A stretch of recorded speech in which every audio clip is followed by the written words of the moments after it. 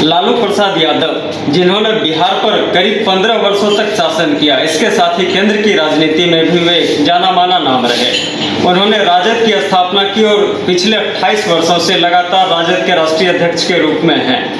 पिछले कुछ दिनों से और 2020 के विधानसभा चुनाव की अगर बात करें तो लालू यादव राजद के पोस्टर से भी हट चुके थे और तेजस्वी राजद की कमान अपने हाथों में ले रहे थे। लेकिन एक बार फिर लालू यादव की ताजपोशी के बाद लालू यादव जो है राजद की कमान अपने हाथों में ले रहे हैं और बिहार विधानसभा चुनाव में ऐसा माना जा रहा है कि वे राजद को लीड करेंगे। तो इस बात पर हम चर्चा करेंगे अपने बिहार संपादक एस.के. राजीव से कि क्या लालू बिहार विधानसभा चुनाव में कितने सक्रिय रहेंगे और वे क्या सब कर सकते हैं। कैसे देखते हैं सर लालू यादव की एक बार फिर से ताजपोशी हुई है राजद में। देखिए, सबसे पहले मैं बताऊं आपको मंजेश कि लालू यादव बिहार की राजनीति के वो शख्सियत हैं जिनके नाम से एक ज़माने में राजनीति हुआ करती थी। और आपको याद होगा, या हो सकता है आपको याद नहीं भी हो, 1990 से 2005 के शासनकाल में सिर्फ और सिर्फ लालू की बजाय ही बहती थी। यानी कि लालू के नाम से राजनीति शुरू होती थी और लालू के नाम पर राजनीति खत्म होती थी।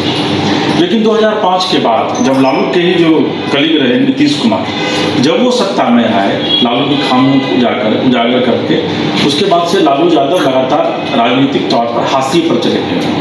बीच में कांग्रेस के साथ मिलकर के उन्होंने केंद्र में सरकार बनाई थी और 2 टर्म वहाँ वो केंद्रीय मंत्री रहे।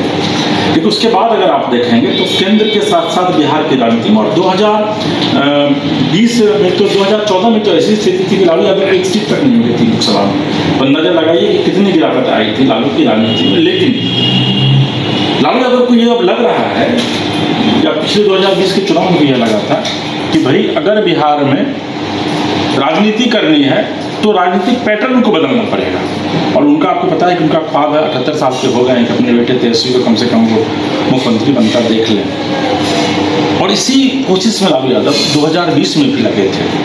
जेल से बैठ करके उन्होंने, मुझे याद है कि झारखंड जेल में थे वो, वहाँ से बैठ करके होटवार जेल से लगातार वो फ़ोन कर रहे थे।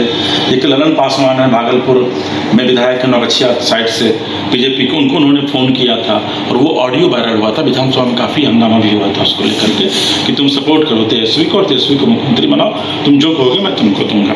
तो लालू यादव की राजनीति का ये एक चरित्र है। दूसरा जो चरित्र है मंजेश, वह यह है कि लालू यादव अब इस बार यानी कि 2025 के विधानसभा चुनाव में के पहले 13वीं बार पार्टी के राष्ट्रीय अध्यक्ष बने हैं। और वो बने नहीं बल्कि उनको बनाया गया, क्योंकि मुझे याद है कि जब पिछली बार चुनाव हुआ था तो उसमें उन्होंने कहा था कि भाई मैं तो बहुत बीमार रहता हूं, तो तेजस्वी पार्टी की कमान संभालेंगे और यही निर्णय लेंगे, औपचारिक तौर पर मेरे नाम की घोषणा की जाएगी। लेकिन इस बार विधिवत उन्होंने स्पीच दिया है और मैं उनके स्पीच को सुन रहा था। उन्होंने कार्यकर्ताओं को कहा कि आप अपने मनोबल को किसी भी कीमत पर मत डिगाइए, मत गिराइए, क्योंकि आपके साथ जनता खड़ी है, आपके साथ लालू यादव का वोटर खड़ा है। यानी कि लालू यादव को भी पता है कि बिहार में मास वोट जो है, जिसको हम थोक वोट कहते हैं, वो उनके साथ है।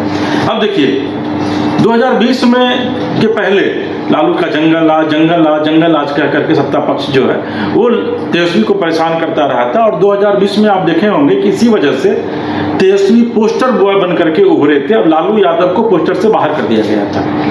ये तेजस्वी यादव की राजनीतिक रणनीति थी, क्योंकि तेजस्वी यादव को यह पता था कि अगर पोस्टर पर पिताजी को रखेंगे तो जिस तरीके से जंगल राज की लोग दुहाई दे रहे हैं तो फिर इस चीज़ की बात वो लोग करेंगे। लेकिन इस बार आप देख लीजिए, और लगभग 4-4.5 साल तक लालू यादव पोस्टर से बाहर रहे। लेकिन अब आप जाकर के देख लीजिए पार्टी कार्यालय के बाहर, आरजेडी कार्यालय के बाहर सिर्फ लालू यादव का पोस्टर है। बड़े बड़े जो होर्डिंग्स लगे उसमें सिर्फ लालू प्रसाद यादव है। क्यों? क्योंकि इस बार की जो लड़ाई है 2025 की, वो बहुत दिलचस्प है और उसमें पटना में सरेआम गोली मारकर हत्या कर दी जाती है।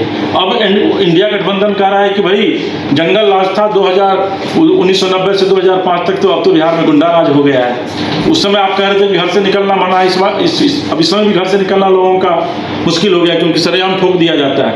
तो विपक्ष अब हर एक अंदाज में नीतीश सरकार को यानी एनडीए सरकार को घेरने की कोशिश में लगी हुई है। और यही वजह है कि कल जब 13वीं बार आरजेडी के राष्ट्रीय अध्यक्ष बने लालू यादव, तो उन्होंने सीधे तौर पर कहा कि किसी भी कीमत पर तेजस्वी यादव को इस बार मुख्यमंत्री बनाना है। उन्होंने अपने कार्यकर्ताओं को, अपने नेताओं को चुनावी टिप्स दिए, चुनावी मंत्र दिए, यानी कि एक बार आप कह सकते हैं कि जो लालू यादव पोस्टर से बाहर हो गए थे, अब वही लालू यादव एक बार फिर से आरजेडी की कमान संभाल कर फिर से पोस्टर पर वापस आ गए हैं। तो क्या आप ये समझते हैं कि लालू यादव इस बार विधानसभा चुनाव में मैदान में उतरेंगे, या फिर अपने आवास या पार्टी कार्यालय से बैठकर जो है अपने कार्यकर्ताओं और नेताओं को वो टिप्स देते रहेंगे, इस तरह से करो, रणनीतियां बनाते रहेंगे और उनके पार्टी के जो वर्कर्स हैं तेजस्वी यादव उस पर काम करेंगे? नहीं, मंजिस मैदान में उतरने की बात नहीं, मैदान तो उतर चुके हैं। आज से 20 दिन पहले कार्य समिति की बैठक हुई थी होटल मौर्या में, वहाँ वो उस मीटिंग में मौजूद थे। कल और परसों 2 दिन, परसों भी राष्ट्रीय कार्यकारिणी की बैठक में वहाँ वो मौजूद थे। अच्छी खासी उन्होंने स्पीच दी, कल उन्होंने अच्छा खासा भाषण दिया है, कल भी वो मौजूद थे। और आप छोड़िए कल की बात, 2024 के लोकसभा चुनाव में अपनी बेटी रोहिणी को जिताने के लिए वो छपरा में लगातार कैंप कर दिए थे, दानापुर में मिशा को जिताने के लिए उन्होंने जी जान लगा दिया था। ये बात अलग है कि परिवार से बाहर वो निकल करके फील्ड में नहीं जा रहे थे, लेकिन इस बार चूंकि तेजस्वी को मुख्यमंत्री बनाना है, तो इस बार वो न सिर्फ पार्टी कार्यालय में बैठेंगे, घर में बैठेंगे, एक बड़ा सा रथ भी उनका बन गया है जिसमें सोने पीने रहने खाने सब की व्यवस्था है, उसमें वो जाएंगे, एक डॉक्टर भी साथ में रहेगा। क्योंकि देखिए, सत्ता की प्राप्ति, आपको याद होगा कि सत्ता के लिए सम्राट अशोक ने अपने 99 भाइयों का कत्ल कर दिया था। सत्ता के लिए औरंगजेब ने अपने पिता शाहजहां को बंदी बना दिया था। तो सत्ता ये चीज़ होती है मंजिस। तो लालू यादव अगर वाकई में उनका किरण नहीं भी काम करेगा, तो भी वो अगर गाड़ी पर बैठ करके जाएंगे तो निश्चित तौर पर उसका इम्पैक्ट पड़ेगा। और एक ही जान लीजिए, आज की तारीख में भी नीतीश कुमार बहुत काम कर लिए हैं। सम्राट चौधरी का तो कोई कद ही नहीं है, भले ही उप मुख्यमंत्री हो। विजय सिन्हा का कोई बड़ा कद नहीं है, भले ही उप मुख्यमंत्री हो। तो फिर कद किसका है? कद लालू यादव का है और कद तो नीतीश कुमार का है। तो अगर इस दोनों के बीच में लड़ाई है तो उसमें निश्चित तौर पर लालू यादव नीतीश पर भारी पड़ेंगे। लेकिन एनडीए के साथ पॉजिटिव क्या है कि एनडीए के पास नीतीश के साथ साथ मोदी जैसा व्यक्तित्व है, मोदी जैसा चेहरा है। अब मोदी की बात मैं आपको इसलिए कहना चाह रहा हूँ कि मोदी वोट को किस तरीके से अपनी ओर अट्रैक्ट किया जाए, खींचा जाए, ये उनको पता है। इसलिए आप देखेंगे कभी वो सनातन की बात कर लेते हैं, कभी वो हिंदुइज्म की बात कर लेते हैं। इस बार उनको तो आप देख लीजिएगा, इस बार रहेगा कि वो बिहार में कमजोर पड़ रहे हैं तो फिर ऑपरेशन सिंदूर को वो उतार देंगे।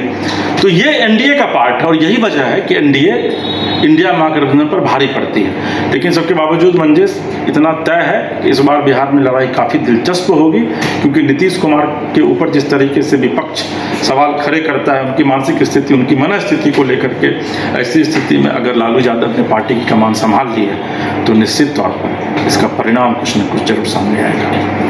मतलब साफ है कि सत्ता मोह और पुत्र मोह दोनों चीज़ों को देखते हुए लालू प्रसाद यादव एक बार फिर से मैदान में उतर चुके हैं और अपने बेटे तेजस्वी यादव को मुख्यमंत्री बनाने के लिए वो अपना पूरा दमखम लगाएंगे और किसी भी तरह से कोशिश ये जरूर करेंगे कि तेजस्वी बिहार के मुख्यमंत्री बने और बिहार में महागठबंधन की सरकार हो।